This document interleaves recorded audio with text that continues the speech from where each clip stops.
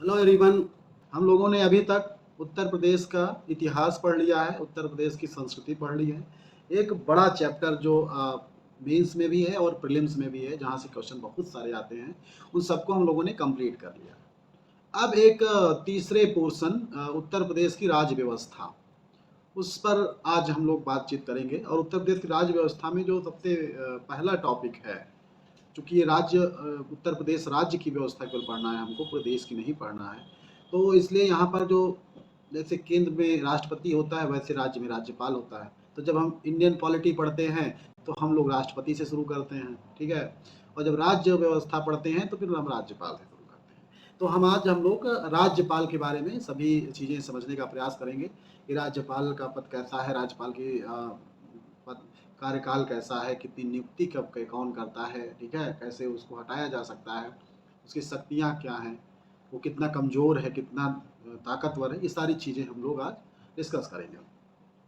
और आप लोग आप तक अभी तक आपको ये कोर्स कैसे लगा उसको ज़रूर कमेंट करके बताइए। साथ ही साथ चैनल को सब्सक्राइब करिए अगर आप चैनल में नए हैं, और सभी लोग कमेंट करिए, लाइक करिए और शेयर करिए। ज़्यादा से ज़्यादा लोगों तक शेयर करिए, ज़्यादा से ज़्यादा लोगों तक इसका लाभ पहुँचाइए। ठीक है, हम अब चलते हैं टॉपिक पर। देखिए, राज्य पाल के बारे में भारत के संविधान में जो है जैसे संसदीय व्यवस्था केंद्र स्तर पर ही है, संघ स्तर पर है, वैसे ही संसदीय व्यवस्था राज्य स्तर पर है। दोनों जगह एक ही व्यवस्था है, संसदीय व्यवस्था। और संसदीय व्यवस्था की विशेषता क्या होती है? पहली विशेषता ये है कि उसमें दो प्रमुख होते हैं। प्रमुख होता है औपचारिक, एक होता है वास्तविक। औपचारिक प्रमुख जैसे केंद्र में राष्ट्रपति होता है और वास्तविक प्रमुख प्रधानमंत्री होता है, वैसे ही राज्य स्तर पर औपचारिक प्रमुख राज्यपाल होता है, वास्तविक प्रमुख मुख्यमंत्री होता है। तो पहले उसकी विशेषता है इसकी। तो यहाँ अलग व्यवस्था नहीं है। तो जैसे वहाँ केंद्र में राष्ट्रपति है, वैसे राज्य में राज्यपाल, ठीक है। तो ये एक बात आप समझे रहिए कि दोनों जगह राज संसदीय व्यवस्था ही अपनाई गई है, ठीक है। संविधान में कई भाग हैं, 22 भाग हैं, जिसमें छठे भाग में ये क्या है, छठे भाग में क्या है आपका, ये छठे भाग में ये राज्य के बारे में, पहले संसदीय व्यवस्था समझ लीजिए कि राज्य में क्या संसदीय व्यवस्था है, इसको समझे रहिए। दूसरा, ये संविधान के छठे भाग में क्या है, राज्य सरकार के बारे में बताया गया है, जिसमें से अनुच्छेद 153 से लेकर 167 तक राज्य की कार्यपालिका के बारे में बताया गया है, ठीक है। और राज्य कार्यपालिका में शामिल है राज्यपाल, मुख्यमंत्री, मंत्रिपरिषद और महाधिवक्ता। इन चारों को मिलाकर एक 153 से 167 तक आर्टिकल हैं। ये दूसरी चीज आप इसको जाने रहिए, ठीक है। इसके अलावा आप ये जान रहे हैं कि राज्य का राज्यपाल क्या होता है, कार्यकारी प्रमुख नहीं होता, संवैधानिक प्रमुख होता है। ये कार्यकारी प्रमुख है ना, गलत लिख गया है, संवैधानिक प्रमुख। औपचारिक हमें लगता लिखना था, कार्यकारी लिख गया। संवैधानिक प्रमुख होता है, ठीक है। ये राज्यपाल क्या है, राज्य का संवैधानिक प्रमुख होता है, औपचारिक प्रमुख होता है, ठीक है। तो राज्यपाल क्या होता है, राज्य का संवैधानिक प्रमुख होता है, औपचारिक प्रमुख होता है, राज्य का प्रथम नागरिक होता है, राज्य का मुखिया होता है, राज्य का प्रथम व्यक्ति होता है, जो आप कह लीजिए सब होता है, ठीक है। तो राज्यपाल केंद्र का प्रतिनिधि के रूप में भी काम करता है। राज्यपाल की नियुक्ति कौन करता है, केंद्र सरकार करती है। तो इसलिए केंद्र का एक एजेंट भी है राज्यपाल, ठीक है। और इसी तरह से राज्यपाल एक ऐसा व्यक्ति हो जाता है जो कि संघ और राज्य में एक सेतु का काम करता है, जो दोनों में एक सेतु का काम करता है। ये एक राज्यपाल की एक खास विशेषता है। और राज्य की समस्त कार्यपालिका के जो कार्य होते हैं राज्यपाल के नाम पर ही होते हैं, जान रहे हैं। प्रत्येक राज्य के लिए, अच्छा, अब हम देखते हैं राज्यपाल। तो अनुच्छेद 153 यानी 153 में कहा गया है कि प्रत्येक राज्य के लिए एक राज्यपाल होगा, ठीक है। मूल संविधान में ये क्लियर नहीं था कि क्या एक राज्यपाल जो है, उत्तर प्रदेश का जो राज्यपाल है, क्या वो मध्य प्रदेश का भी राज्यपाल बन सकता है, ये क्लियर नहीं था। तो 7वें संशोधन द्वारा संविधान के 1956 में ये कहा गया, स्पष्ट किया गया कि अगर कोई एक व्यक्ति को 2 या अधिक राज्यों का राज्यपाल भी बनाया जा सकता है, उसकी नियुक्ति 2 राज्यों में, अधिक राज्यों में की जा सकती है। हालांकि ये नियुक्ति बहुत ही प्रोविजनल होती है, कुछ दिनों की होती है, महीनों की होती है, पूरा स्थायी रूप से आज तक कभी ऐसा नहीं हुआ कि 2 राज्यों का राज्यपाल बनाया जाए। हालांकि प्रशासनिक पदों के लिए, जैसे एक संघ शासित क्षेत्र और राज्य में ऐसे हो सकता है कि एक प्रशासक बना दिया जाए राज्यपाल को, लेकिन नॉर्मली ऐसा नहीं होता है कि 2 राज्यों का एक राज्यपाल हो। लेकिन जैसे किसी कारणवश एक राज्यपाल की कुछ हो जाता है, बीमार हो जाते हैं, मृत्यु हो जाती है, कुछ हो जाता है तत्कालीन आवश्यकता के लिए, चूंकि राज्यपाल का पद खाली नहीं रखा जा सकता, इसलिए दूसरे राज्य के राज्यपाल को भी राज्यपाल बनाया जा सकता है, ठीक है। तो ये स्पष्ट किया गया। तो ये चीजें आप हाँ समझ लीजिए। राज्यपाल की नियुक्ति कैसे होती है? राज्यपाल के बारे में जान लीजिए। राज्यपाल का चुनाव प्रत्यक्ष नहीं होता, ना ही अप्रत्यक्ष होता है। जैसे प्रत्यक्ष चुनाव लोकसभा के सांसदों या राज्यसभा के सांसद, विधानसभा के सांसदों का, विधायकों का होता है, वैसा जो है सीधे नियुक्त जो है निर्वाचन राज्यपाल का नहीं होता है। ना जैसे कि राष्ट्रपति का चुनाव होता है प्रत्यक्ष रूप से, वैसे ही चुनाव होता है, दोनों नहीं होता है। राज्यपाल का क्या होता है, उसका मनोनयन होता है, उसका नियुक्ति होती है। किसके द्वारा होती है? राष्ट्रपति के द्वारा होती है। ठीक है, अनुच्छेद 155 के तहत राष्ट्रपति द्वारा क्या होती है? राष्ट्रपति द्वारा राज्यपाल की नियुक्ति होती है। यह प्रक्रिया ठीक वैसी ही है जैसे कि कनाडा में होता है। ठीक है, हालांकि अमेरिका जैसे कुछ देशों में राज्यपाल राज्य का चुना जाता है जनता द्वारा प्रत्यक्ष रूप से। ठीक है, भारत में भी इस बार डिस्कशन हुआ था संविधान सभा में। संविधान सभा में जो डिस्कस हुआ था उसमें बहुत कुछ लोगों का ये कहना था कि राज्यपाल की नियुक्ति न करके प्रत्यक्ष चुनाव होना चाहिए। लेकिन आप ये चीज़ अच्छे से जानते हैं कि संसदीय व्यवस्था में नियुक्ति ही किया जा सकता है। अगर चुनाव होगा तो मुख्यमंत्री को पैरेलल जाके खड़ा हो जाएगा और फिर मुख्यमंत्री और जो है राज्यपाल में एक तालमेल बैठाना मुश्किल हो जाएगा। दूसरा ये है कि दोनों में संघर्ष चलने लगेगा। और इससे बड़ी बात है, संसदीय व्यवस्था में एक औपचारिक प्रमुख होता है। जो औपचारिक प्रमुख होता है वो कभी जनता द्वारा प्रत्यक्ष रूप से चुना नहीं जा सकता। अगर चुना जाएगा तो वो औपचारिक नहीं रहेगा, दोनों एकदम अलग चीज़ है। ठीक है, अगर कोई चुना जाएगा तो वो औपचारिक नहीं रहेगा, वो वास्तविक बन जाएगा। इसीलिए नियुक्त किया जाता है ताकि वो औपचारिक बना रहे।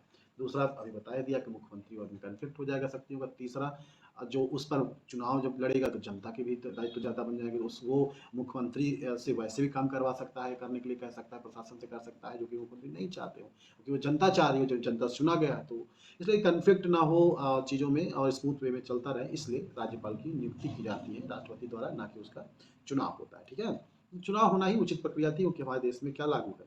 संसदीय व्यवस्था।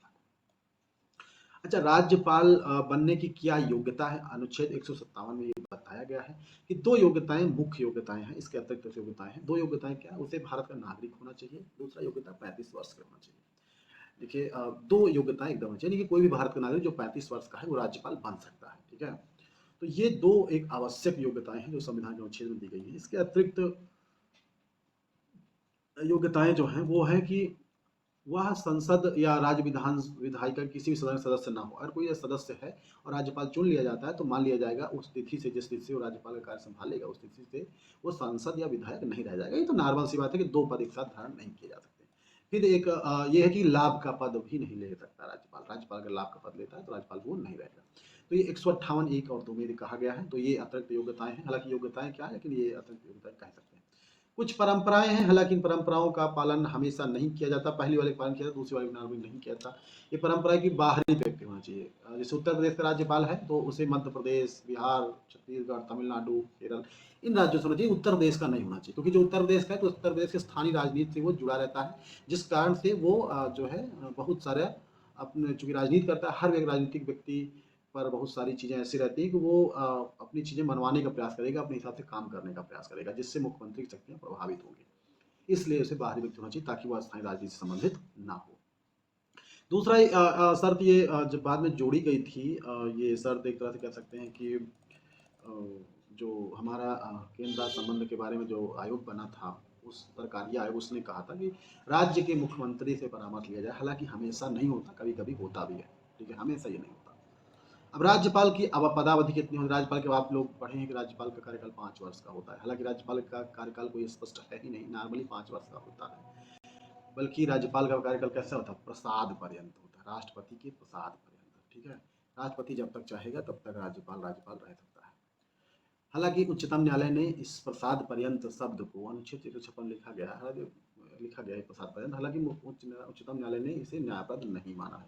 उसने कहा कि अगर हम प्रसाद पर्यंत को मानेंगे तो फिर हमें ये समस्या हो जाए किसी राज्यपाल को हटाना है या क्या करना है, तो इसलिए आप उसको उचित नहीं है। क्योंकि अगर प्रसाद पर्यंत कर दिए तो वो 5 साल के पहले भी हटाया जा सकता है। जैसे मैं आपको उसको केस बता दूँ, 1917 हाँ 1989 में बीपी सिंह की सरकार बनती है। बीपी सिंह की सरकार बनती है और बीपी सिंह की सरकार के बाद जब वो सरकार में आते हैं तो उन्होंने उसके पहले जितने राज्यपाल थे सबको हटा दिया। ठीक है, उसके बाद नरसिंह राव, पीवी नरसिंह राव जो सरकार में आते हैं 1991 में, तो उन्होंने भी सेम काम किया कि पहले के जितने सरकार चंद्रशेखर के समय के जितने भी राज्यपाल बनाए गए थे सबको उन्होंने हटा दिया। तो ऐसे में क्या वो 5 साल पूरा नहीं हो पाया? तो सर्वोच्च न्यायालय ने कहा ये तो आप एक तरह से राजनीतिक पद बना दे रहे हैं, तो अगर किसी व्यक्ति को राज्यपाल बना दिया गया है तो उसको 5 साल तक पूरा काम करना चाहिए। जैसे भाजपा सरकार में आई थी तो कुछ लोगों ने इस्तीफा दिया था, कुछ लोगों से नहीं लिया गया था, लेकिन कुछ लोगों ने इस्तीफा दे दिया था राज्यपाल से। तो ये एक तरह से केंद्र सरकार केवल पद हो जाएगा इस तरह करने से। इसलिए सर्वोच्च न्यायालय ने कहा कि प्रसाद पर्यंत के स्थान पर 5 वर्ष कार्यकाल पूरा होना चाहिए राज्यपाल का, ठीक है? तो ये एक विवाद है। हालाँकि इस संबंध में जो केंद्र सरकारें करती हैं, चाहती हैं, वो होता है लगभग। देखिए, राष्ट्रपति द्वारा राज्यपाल को पदच्युत नहीं, देखिए राष्ट्रपति द्वारा राज्यपाल को कभी भी हटाया जा सकता है, ये प्रावधान है। वही मैंने कहा प्रसाद पर्यंत का मतलब यही है। दूसरा दूसरा एक एक बड़ा अजीब है कि राज्यपाल का स्थानांतरण होता है। राज्यपाल का किसी दूसरे प्रांत में भी स्थानांतरण किया जा सकता है। उत्तर प्रदेश राज्यपाल को मध्य प्रदेश का, छत्तीसगढ़ का ऐसे राज्यपाल बनाया जा सकता है। कई बार ऐसा हुआ है कि जब कोई सरकारें बदली केंद्र स्तर पर, तो जो राज्यपाल रहे हैं उनको नहीं हटाना चाह रहे, दूसरे पार्टी के या किसी दूसरे मनपसंद राज्यपाल रहे हैं, तो किसी मान लिया छत्तीसगढ़ में कोई राज्यपाल है या उत्तर प्रदेश में कोई राज्यपाल है, वो ऐसा व्यक्ति है जो केंद्र सरकार नहीं चाहती कि रहे, तो वो हटाना भी नहीं चाहती, तो पता है उत्तर प्रदेश के राज्यपाल को नागालैंड भेज दिया या सिक्किम भेज दिया, तो ठीक है, वो राज्यपाल बना भी रहेगा और हटेगा भी नहीं, और अपने मन चाह राज्यपाल भी केंद्र सरकार चाहे रख लेगी। तो ये स्थानांतरण का भी प्रावधान राज्यपाल में है। राज्यपाल स्वयं इस्तीफा दिया जा सकता है, 2 ही स्थिति में राज्यपाल हट सकता है, ये तो राष्ट्रपति हटा दिया, स्वयं इस्तीफा देते, ठीक है? इसको राज्य विधायिका या उच्च न्यायालय कहीं से भी हटाया नहीं जा सकता, ठीक है? आप ये जानते हैं कि राज्यपाल को शपथ दिलाता है कौन? उच्च न्यायालय का मुख्य न्यायाधीश जो होता है वो राज्यपाल को शपथ दिलाता है, ठीक है? ये कई बार प्रश्न आया है, इसको याद रखिएगा, ठीक है? वेतन भत्ते आप जान रहे हैं कि 2018 के बाद ये 3.5 लाख आप पता है, हालांकि लगातार बढ़ोतरी होती रहती है, तो बेसिक जो है तो ये 3.5 लाख पाते हैं। इसके अतिरिक्त इतना निवास स्थान है, भत्ता है, सुविधाएं, ये सब चीज़ें भी राज्यपाल को प्राप्त होती हैं, ठीक है? तो ये सारी सुविधाएं आप राज्यपाल को मिलती हैं। अब सबसे महत्वपूर्ण चीज़ें जो है राज्यपाल के बारे में वो हैं कि उनकी शक्तियाँ क्या हैं, ठीक है? तो राष्ट्रपति के अनुरूप विधायी न्यायिक शक्तियाँ प्राप्त हैं। देखिए, राष्ट्रपति और राज्यपाल लगभग एक जैसा पद है, लेकिन कुछ अंतर भी है। जैसे कार्यकारी, विधायी, न्यायिक, वित्तीय, ये सारी शक्तियाँ तो दोनों के पास हैं, लगभग एक जैसी प्राप्त है। लेकिन कुछ शक्तियाँ केवल राष्ट्रपति को प्राप्त हैं, जैसे कूटनीतिक शक्ति, क्योंकि राज्य कूटनीतिक काम करते नहीं हैं, ठीक है? इसलिए कूटनीतिक शक्ति राज्यपाल के नहीं प्राप्त होती है। सारा विदेश का काम, कूटनीतिक काम केंद्र सरकार करती है। सैन्य शक्ति, सेना का काम भी राज्य सरकारें नहीं करती हैं, इसलिए राज्य सरकारों के पास ही जब नहीं तो राज्यपाल के पास क्या होगा? आपातकालीन शक्तियाँ जो राष्ट्रपति शासन लागू होता है उसमें, या राष्ट्रीय आपातकाल लागू हो सकता है, उस सब में जो है राष्ट्रपति की भूमिका होती है, लेकिन राज्यपाल की कोई भूमिका नहीं होती है, ठीक है? तो ये तो एक तरह कह सकते हैं कि जैसे राज्य और केंद्र का स्वरूप में अंतर है, इस वजह से कार्यों में अंतर है, ठीक है? कि जब राज्य के पास ही ये सारे काम नहीं है तो फिर वो राज्यपाल के पास कैसे हो सकते हैं ना, इस तरह से आप समझिए। तो कार्यकारी शक्तियाँ, ठीक है? कार्यकारी शक्तियाँ, आप इसको समझ लीजिए। पहली कार्यकारी शक्ति यानी विधायी शक्तियाँ, क्या क्या राज्यपाल के हैं, जो राज्यपाल राष्ट्रपति लगभग एक जैसे। आप जान रहे हैं कि राज्यपाल क्या होता है? राज्य सरकार के प्रशासन का अध्यक्ष होता है, राज्य का अध्यक्ष, राज्य अध्यक्ष कहा जाता है, महामहिम कहा जाता है राज्यपाल को। राज्य सरकार के जितने भी कार्यकारी या कार्यपालिका के कार्य हैं, समस्त कार्य राज्यपाल के नाम पर होते हैं, ठीक है? तो कार्यकारी शक्ति बहुत ही राज्यपाल के पास है, हालांकि कहने के लिए केवल राज्यपाल के पास होती है, समस्त शक्तियाँ मंत्रिपरिषद के हिसाब से होती है। राज्यपाल में क्या है? मुख्यमंत्री नियुक्ति कर सकता है, हालांकि मुख्यमंत्री की नियुक्ति वही करेगा जिसका बहुमत प्राप्त होगा, ठीक है? हालांकि राज्यपाल के पास कुछ विवेकाधीन शक्तियां हैं, तो अभी मैं बताऊंगा कि किस स्थिति में वो अपने हिसाब से भी मुख्यमंत्री नियुक्त कर सकता है, अभी आगे बताया जाएगा। अभी को इतना समझ लीजिए कि मुख्यमंत्री नियुक्त करता है, और नियुक्ति का मतलब किसी को नहीं, जिसको बहुमत प्राप्त होगा उसको, ठीक है? जैसे इसमें एक फार्मूला भी है कि अगर किसी पार्टी को स्पष्ट बहुमत है तो जो उस बहुमत का नेता है उसको बना दीजिए, ये तो स्पष्ट हो गया। लेकिन किसी पार्टी को बहुमत नहीं है तो सबसे बड़ी पार्टी जो है उसको, उसके नेता को मुख्यमंत्री बनाइए। तीसरा, अगर ऐसा नहीं है, सब लगभग लगभग बराबर पार्टी पाई हैं, तो उसमें जो है आप गठबंधन जो चुनाव पूर्व गठबंधन था उसके नेता को बुलाइए, अगर उसमें भी नहीं है तो आप चुनाव के बाद गठबंधन, ये 4 स्थितियां हो सकती हैं। 4 स्तर पर मुख्यमंत्री को जो है नियुक्त करने का अधिकार है राज्यपाल को, ठीक है? वह मुख्यमंत्री परामर्श से मंत्रिपरिषद की नियुक्ति करता है, यानी कि मंत्रिपरिषद जो है, मंत्र लिख गया, मंत्री लिखना चाहिए, मंत्रिपरिषद की नियुक्ति, सदस्यों की नियुक्ति भी राज्यपाल ही करता है, लेकिन वो किसी को मंत्री नहीं बनाता बल्कि उन्हीं को मंत्री बनाता है। यानी पहले वो मुख्यमंत्री की नियुक्ति कर देता है, उसके बाद मुख्यमंत्री कहता है कि आप अपने जो है वो मंत्रियों की सूची दीजिए, जो मंत्री की सूची मुख्यमंत्री दे देता है उसी को राज्यपाल ओके कर देता है, ठीक है? मंत्रिपरिषद भी जो है राज्यपाल के प्रसाद पर निर्धारण करते हैं। मंत्रिपरिषद भी तभी तक है जब तक राज्यपाल चाहता है, जब इन्हीं के बाद राज्यपाल हटा सकता है, लेकिन जब मंत्रिपरिषद में कोई जो है मंत्रिपरिषद ही नहीं रहेगी, तब जो है पूरी मंत्रिपरिषद नहीं रहेगी तो फिर मंत्री क्या रहेंगे, ठीक है? इसके अलावा मंत्रियों के बीच जो कार्यों का विभाजन भी ये करता है, मंत्रियों का भी जो भी, हालांकि ये नहीं करते हैं, मुख्यमंत्री करते हैं, मुख्यमंत्री लिस्ट देते हैं, उनके सामने उनका विभाग देते हैं, उसी का आधार पर होता है। ठीक है। इसमें एक चीज ये है कि मुख्यमंत्री क्या कर सकता है, प्रशासनिक मामलों में विधायक विधायक किसी विधायी मामलों में सूचना मांग सकता है राज्यपाल, किससे, मुख्यमंत्री से, मंत्रिपरिषद से किसी सूचना मांग सकता है, ये राज्यपाल कर सकता है। फिर महाधिवक्ता, राज्य निर्वाचन आयुक्त, लोक सेवा आयोग के आज सदस्यों की नियुक्ति कौन करता है, राज्यपाल करता है, हालांकि किसके कहने पे करता है, मुख्यमंत्री कहने से करता है। राज्यपाल क्या होता है, राज्य के जो विश्वविद्यालय उनका कुलाधिपति भी होता है, वह कुलपतियों की नियुक्ति भी करता है, हालांकि नियुक्ति वही होती है सरकार करती है, लेकिन करता है। वह राज्य के संवैधानिक आपातकाल के राष्ट्रपति से सिफारिश भी कर सकता है। ये राज्यपाल का विवेकाधिकार जैसा है, हम बात पढ़ेंगे आगे इसको, लेकिन ये मान लीजिए ये विवेकाधिकार है, विधायी विधेयकाधिकार, विधायी तो अधिकार है, साथ साथ ये विवेकाधिकार भी है। ठीक है, कि वो मुख्यमंत्री कहेगा तभी नहीं सिफारिश करेगा, उसका जब मन करेगा तब सिफारिश कर देगा कि हाँ राष्ट्रपति शासन लागू नहीं कर सकता। तो इतना तो कार्यकारी शक्ति रही। ठीक है, अब कुछ विधायी शक्ति समझ लीजिए। विधायी शक्ति है लेजिस्लेशन संबंधी शक्ति। विधानसभा का सदस्य ना होते, राज्यपाल देखिए विधानसभा का सदस्य नहीं होता, लेकिन विधानमंडल का अंग होता है। विधानमंडल किससे बनती है, जिन राज्यों में विधान परिषद है उन राज्यों में विधानसभा, विधान परिषद और राज्यपाल तीन को मिलकर विधानमंडल बनता है, और जिन राज्यों में विधान परिषद नहीं है उन राज्यों में विधानसभा और राज्यपाल मिलकर जो क्या बनता है, विधानमंडल बनता है। ठीक है, तो राज्य विधानमंडल के जो है, जो यानी कि चाहे दो हो चाहे विधान, जब दोनों होंगे तो विधानमंडल, जब एक होगी तो विधानसभा। जो सत्र की आहुति है, यानी कि जो शुरुआत है सत्र की, स्थगित करना है, रोक देना है, या फिर सदन को ही भंग कर देना है, तीनों काम राज्यपाल कर सकता है। ठीक है, जब मुख्यमंत्री सिफारिश करेगा तो सदन को भंग भी कर सकता है, हालांकि सारे काम मुख्यमंत्री सिफारिश पर ही करता है। वह विधानमंडल की बैठक को आम चुनाव के पश्चात और हर प्रत्येक 5 वर्ष जो है, हर साल के पहले, यानी कि जब कोई चुनाव होता है उसके जो पहली बैठक होती है उसको भी संबोधित राज्यपाल करता है। और हर साल जब पहला साल शुरू होता है तो पहला जो बैठक होती है विधानमंडल की, उसको भी क्या संबोधित करता है, राज्यपाल। ठीक है, तो ये उसकी एक विधायी शक्ति है बहुत बड़ी। दोनों सदनों में विचाराधीन किसी विधेयक या किसी मामले पर संदेश भी भेज सकता है। देखिए ये भी एक बड़ी शक्ति विधायिका के संबंध में, राज्यपाल संदेश भी भेज सकता है। जब विधानसभा अध्यक्ष और उपाध्यक्ष का पद खाली हो और विधानसभा चलाना जरूरी हो तो वो किसी व्यक्ति को विधानसभा का अध्यक्ष भी बना सकता है। ठीक है, जब बाद में जब कोई अध्यक्ष विधानसभा चुन लेगी तो फिर वो अध्यक्ष हो जाएगा, लेकिन सदन की कार्रवाई करने के लिए वो अध्यक्ष की नियुक्ति कर सकता है। ठीक है, राज्य विधान मंडल द्वारा पारित कोई भी विधेयक राज्यपाल की स्वीकृति के पश्चात ही कानून बनता है। अगर वो स्वीकृति नहीं देगा तो वो कानून नहीं बनेगा। ठीक है, वह विधानमंडल द्वारा पारित किसी भी विधेयक को अस्वीकृत भी कर सकता है। ठीक है, धन विधेयक के अलावा अन्य किसी भी विधेयक को पुनर्विचार, यानी कि वो अगर राज्यपाल के पास कोई सामान्य विधेयक जाता है उसके पास कई ऑप्शन होते हैं। पहला ऑप्शन ये होता है कि वो उसको स्वीकृत कर दे, दूसरा ऑप्शन ये होता है कि अस्वीकृत कर दे, तीसरा ऑप्शन होता है पुनर्विचार के लिए भेज दे। ठीक है, तीनों ऑप्शन राज्यपाल के पास होते हैं। एक और ऑप्शन होता है कि उसको राष्ट्रपति के लिए, राष्ट्रपति के पुनर्विचार के लिए अपने आप को आगे भेज दे। ठीक है, पुनर्विचार राष्ट्रपति के विचार के लिए, पुनर्विचार तो विधानमंडल होगा, राष्ट्रपति के विचार के लिए राष्ट्रपति को फॉरवर्ड कर दे। ठीक है, भेज दे। तो ये एक ऑप्शन, 4 ऑप्शन होते हैं। तो जो है, हालांकि इसमें एक चीज और भी है, पॉकेट वीटो का विवाद आती है कि राज्यपाल के पास कोई आता है तो करे चाहे ना करे उसको रख भी सकता है, ये भी है। लेकिन एक तरह कह सकते हैं 5 विकल्प है। ठीक है, लेकिन धन विधेयक के बारे में पुनर्विचार का नहीं है। ठीक है, तो धन विधेयक के संबंध पुनर्विचार ऐसा कुछ नहीं है। किसी भी विधेयक को राष्ट्रपति के विचार हेतु तो सुरक्षित रख सकता है, ये चीज एकदम उसके पास। इसके अलावा क्या होता है, इसके अलावा आप देखेंगे तो विधान परिषद में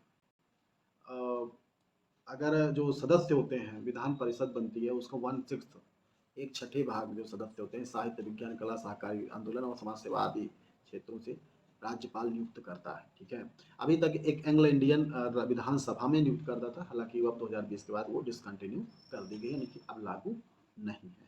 ठीक है, राज्य विधानमंडल में एक चीज और ये करता है कि अगर सत्र स्थिति में नहीं हो, चलने की स्थिति में नहीं हो या ना चल रहा हो और किसी कानून की आवश्यकता हो तो अध्यादेश भी जारी कर सकता है। अध्यादेश जो है वो क्या है कि जब तक अगले विधानसभा कार्यवाही नहीं होगी और कार्यवाही के 6 सप्ताह तक वो रहेगा। ठीक है, यानी कि लगभग 6 माह तक प्रभावी रहता है। और ये समवर्ती सूची या राज्य सूची जिसमें राज्य सरकार अपना कानून बना सकती है, वहीं पर केवल, यानी संघ सूची में नहीं जारी कर सकता। राज्य सूची या समवर्ती सूची जिसमें राज्य सरकार अपना कानून बना सकती है, उसी संबंध में अध्यादेश जारी किया जा सकता है। भारत के नियंत्रक महालेखा परीक्षक राज्य वित्त आयोग लोक सेवा आयोग की रिपोर्ट भी विधानसभा के सम्मुख रखता है। की सारी रिपोर्टें सब राज्यपाल को दी जाती हैं, जो विधानसभा में रख पाता है। ठीक है। इसके अलावा एक बड़ा महत्वपूर्ण अपवाद में जुड़ गया है, वो ये है, अगर विधानसभा के सदस्यों की निर्भरता कोई मुद्दा हो तो चुनाव आयोग द्वारा किया जाता है। निर्भरता दो तीन प्रकार से हो सकती है, एक विधानसभा के सदस्य अध्यक्ष भी करता है, एक राज्यपाल भी कर सकता है, उसमें निर्णय वो ले सकता है। ठीक है। तो ये भी एक महत्वपूर्ण उसका अधिकार है। वित्तीय शक्तियां, धन विधेयक राज्यपाल की पूर्व अनुमति के बाद ही रखा जाता है, ये ध्यान रखिए। जब कोई भी धन विधेयक रखा जाता है तो उससे पहले राज्यपाल से पूछा जाता है। अनुदान की मांग भी उसकी सहमति के बाद ही रखी जा सकती है। वार्षिक वित्तीय विवरण, जिसे हम बजट कहते हैं, को विधानमंडल के समक्ष भी वही प्रस्तुत कराता है। ठीक है। राज्यपाल के बिना अनुमति के आकस्मिक निधि से भी कोई व्यय नहीं किया जा सकता। राज्यपाल की संचित निधि राज्यपाल के अधिकार में होती है। ठीक है। यानी राज्य की संचित निधि जो होती है राज्यपाल के अधिकार में। और एक इसके अलावा 5 वर्ष में एक वित्त आयोग का गठन भी राज्यपाल करता है, जो कि राज्य पंचायतों में और राज्य सरकार में कर का विभाजन कैसे हो उसके बारे में सिफारिशें करता है। न्यायिक शक्तियां, आप ये जान रहे हैं कि राज्यपाल क्या करता है, जो उच्च न्यायालय के न्यायाधीश होते हैं उनकी नियुक्ति में भी राष्ट्रपति को सलाह देता है, परामर्श देता है, उनसे राष्ट्रपति परामर्श लेते हैं। इसके अलावा जो जिला जज न्यायाधीश है या फिर अन्य अधीनस्थ न्यायाधीश है, उनकी भी नियुक्ति, स्थानांतरण और पदोन्नति के बारे में क्या करता है, राज्यपाल प्रावधान वो राज्यपाल परामर्श लेता है। ठीक है। राज्यपाल से परामर्श लिया जाता है। इसके अलावा कोई किसी भी व्यक्ति को जो दोष सिद्ध हो, उसके दंड को क्या कर सकता है, राज्यपाल क्षमा कर सकता है। यानी क्षमा दान की शक्तियां भी राज्यपाल के पास हैं। दंड को क्षमा कर सकता है, स्थगित कर सकता है, दूसरे दंड में परिवर्तित कर सकता है या पूर्णतः माफ कर सकता है। लेकिन एक चीज ध्यान रखिए, मृत्यु दंड को राज्यपाल माफ नहीं कर सकता, केवल राष्ट्रपति माफ कर सकता है। ठीक है। तो मृत्यु दंड छोड़कर, या सैनिक न्यायालय, इसमें नहीं लिखा, सैनिक जो न्यायालय है उसके द्वारा दिए गए दंड को छोड़कर राष्ट्रपति या राज्यपाल अन्य चीजें सब कर सकता है। राज्यपाल की संवैधानिक स्थिति क्या है? राज्यपाल नाम मात्र कार्यकारी बनाया गया है, किंतु वास्तव में राज्यपाल में राज्य वास्तविक कार्य कौन कर सकता है? राज्य का मुख्यमंत्री करता है, जो कि उन्हें 154, 163, 164 अनुच्छेद अगर हम पढ़ेंगे तो इससे हमें स्पष्ट हो जाएगा। ठीक है। ये इसमें सभी अनुच्छेद में दिया गया है। जैसे 154 में दिया गया है कि राज्यपाल क्या करेगा, राज्यपाल सभी शक्तियां होंगी वो अपने विवेक अपने हिसाब से या मुख्यमंत्री के हिसाब से प्रयोग करेगा। फिर 63 में मुख्यमंत्री सारी शक्तियां, 154 में दिया गया सारी शक्तियां राज्यपाल में नहीं था। 63 दिया गया कि मुख्यमंत्री होगा और उसमें उससे परामर्श करके ये सारी शक्तियों का उपयोग करेगा। ठीक है। ये चीजें वो दिया गया। कुछ स्वाविवेक स्वाभिलेख लिख गया है राज्यपाल, लेकिन कुछ स्वाविवेक शक्तियां भी प्राप्त हैं जो कि राष्ट्रपति को नहीं प्राप्त है। जैसे एक कुछ परिस्थिति जन्य शक्तियां हैं और कुछ जो है परिस्थिति जन्य तो राष्ट्रपति को भी प्राप्त है, लेकिन स्वाभाविक शक्तियां राष्ट्रपति को नहीं प्राप्त है। स्वाभाविक शक्तियां कौन कौन से? अनुच्छेद 200, जिसके अंतर्गत राज्यपाल चाहे जिस विधेयक को राष्ट्रपति की स्वीकृति के लिए अपने पास आरक्षित रख सकता है। ठीक है। ये एक महत्वपूर्ण विवेकाधिकार है जो कि राज्यपाल के पास है। राष्ट्रपति के विचार अर्थ किसी विधेयक को आरक्षित करना, ठीक है, वो तो हो गया। दूसरा, राज्य में राष्ट्रपति शासन की सिफारिश करना, ये भी उसके विवेकाधिकार है। पड़ोसी केंद्र शासित राज्यों में अगर ये फिर वक्ता लिख गया, लेकिन ये सब पड़ोसी राज्यों में अगर वो प्रशासक के रूप में काम कर रहा है तब वो मुख्यमंत्री से नहीं पूछेगा, वो प्रशासक के हिसाब से अपने स्वतंत्र रूप से काम करेगा। और राज्य के विधान परिषद या प्रशासनिक मामलों में मुख्यमंत्री से जानकारी भी अपने स्वविवेक से प्राप्त कर सकता है। ये तो उसके पास स्वविवेक शक्ति है। हालांकि देखिए, हम चूंकि उत्तर प्रदेश पढ़ा रहे हैं तो इतना ही है, अन्यथा बहुत सारे अन्य राज्यों के राज्यपालों को, जैसे नॉर्थ ईस्ट के प्रदेशों के राज्यपालों में को और गुजरात के, महाराष्ट्र के, इन सब कई राज्यों के राज्यपालों को कुछ विशिष्ट शक्तियां भी प्रदान की गई हैं। ठीक है। हम चूंकि उत्तर प्रदेश संदर्भ पढ़ रहे हैं तो वो सब नहीं पढ़ना है। परिस्थिति जन्य क्या? देखिए, कुछ परिस्थितियां उत्पन्न हो सकती हैं। वो परिस्थितियां कैसे? आम चुनाव के पश्चात किसी को स्पष्ट बहुमत प्राप्त ना हो, या कोई दल सरकार बनाने की स्थिति में ना हो। ठीक है। या फिर क्या हो जाए कि मुख्यमंत्री की मृत्यु हो जाए, उसका किसी निश्चित उत्तराधिकारी चयन हो, तो ऐसी स्थिति में क्या कर सकता है वो, अब राज्यपाल की किसी को मुख्यमंत्री बना सकता है जिसको वो चाहे, उसे बहुमत सिद्ध करने का समय भी दे सकता है। हालांकि संबंध मैंने अभी थोड़ी देर पहले आपको बताया कि फार्मूला एक है कि पहले तो बहुमत प्राप्त दल के नेता को मुख्यमंत्री के लिए आमंत्रित करेगा, उसके बाद सबसे बड़ी पार्टी के नेता को मुख्यमंत्री के लिए आमंत्रित करेगा, उसके बाद चुनाव पूर्व गठबंधन के नेता को मुख्यमंत्री के लिए आमंत्रित करेगा, और अंत में चुनाव बाद गठबंधन के नेता को मुख्यमंत्री के लिए आमंत्रित करेगा। ठीक है। लेकिन फिर भी किसी को कर सकते हैं। मैंने कई एक मुख्य जो है उदाहरण भी हैं, जैसे रोमेश भंडारी ने 1998 में कल्याण सिंह सरकार को बर्खास्त किया और जगदम्बिका पाल को मुख्यमंत्री बना दिया, जबकि वो उनके पास न विधायक थे न कुछ थे, कुछ ऐसा नहीं था, फिर बना दिया। ठीक है। तो जगदम्बिका पाल जब बने तो उन्होंने एक एक दिन के अंदर फिर से जो है फ्लोर टेस्ट हुआ जिसमें हार गए, यानी कि वो एक दिन के मुख्यमंत्री थे। ठीक है, तो ये चीज़ें आप ध्यान रखिए। इसके अलावा देखिए एक चीज़ और हो सकता है कि मुख्यमंत्री अल्पमत में हो जाए और वो कहे कि राज्य विधानमंडल को विघटित कर दिया जाए। तो इस संबंध में इस स्थिति में राज्यपाल चाहे तो मुख्यमंत्री की बात माने, चाहे तो ना माने। ठीक है, और एक और चीज़ है कि मुख्यमंत्री के खिलाफ कोई मुकदमा दर्ज होगा, उसके लिए अनुमति कौन करता है? राज्यपाल करता है, चाहे तो दे चाहे तो ना दे। तो यहाँ एक नोट करने की बात है कि 42वें संविधान संशोधन यहाँ मिलेगा, 42वां होगा संविधान संशोधन में 1976 राष्ट्रपति के लिए मंत्रियों की सलाह को बाध्य कर दिया गया है, राज्यपाल संबंध में ऐसा कुछ नहीं, यानी कि ये कहा गया है कि राष्ट्रपति राज्यपाल से राष्ट्रपति प्रधानमंत्री और मंत्रियों की सलाह पर ही काम करेगा, लेकिन राज्यपाल में ऐसा कोई परिवर्तन नहीं किया गया है, राज्यपाल के बारे में ऐसा कुछ नहीं कहा गया है। इस तरह से हम कह सकते हैं कि जैसे कभी यह है कि राज्यपाल का संवैधानिक स्थिति क्या है, ये प्रश्न में इसमें आ सकता है, तो आप ये सारे बताते हुए कह सकते हैं कि राज्यपाल के रबर स्टैंप नहीं है। ठीक है, राष्ट्रपति की तुलना में ज़्यादा मजबूत है, शक्तिशाली, ज़्यादा सब विवेक शक्तियों का वो उपयोग करता है। ठीक है, इसलिए ये ज़्यादा ज़्यादा पावरफुल है राष्ट्रपति की तुलना में। देखिए राज्यपाल के बारे में कुछ जजमेंट्स भी आए हैं, कुछ समितियों ने कुछ कहा है, उसको भी जान लेना बड़ा जरूरी होता है, क्योंकि वो कभी कभी एग्जाम में भी आ जाते हैं, प्रीलिम्स में भी और मेंस में भी। अगर आप इनको कोट करेंगे, इनको लिखेंगे, तो आपको ज़्यादा ज़्यादा नंबर प्राप्त होगा। ठीक है, प्रथम प्रशासनिक सुधार आयोग 1966 ने राज्यपाल पद पर राजनीतिक व्यक्ति की नियुक्ति कर, यानी कि जो प्रथम प्रशासनिक सुधार आयोग था उसने कहा कि राज्यपाल ऐसे व्यक्ति को होना चाहिए जो राजनीति से संबंधित ना हो, अराजनैतिक व्यक्ति हो, ताकि वो उचित रूप से निर्णय ले सके, अन्यथा राजनीति से प्रेरित व्यक्ति राजनीतिक रूप से बायस्ड निर्णय लेगा। ठीक है, राजमन्नार आयोग समिति बनी थी, आप जान रहे हैं, तमिलनाडु सरकार ने बनाया था। राज्य की नियुक्ति की प्रक्रिया राज्यों को भी, यानी कि राज्यपाल नियुक्ति के लिए उन्होंने कहा कि राज्यों को भी शामिल किया जाना चाहिए और किसी राज्यपाल को एक बार से ज्यादा पद नहीं दिया जाना चाहिए। ठीक है, पंछी आयोग ने 2005 ने सिफारिश की कि अंतर्राज्यीय परिषद द्वारा एक सूची तैयार कर राष्ट्र की राज्यपाल की नियुक्ति, राज्य लिखा है, हाँ राज्यपाल ने, राज्यपाल की नियुक्ति इसी सूची के आधार पर की जानी चाहिए।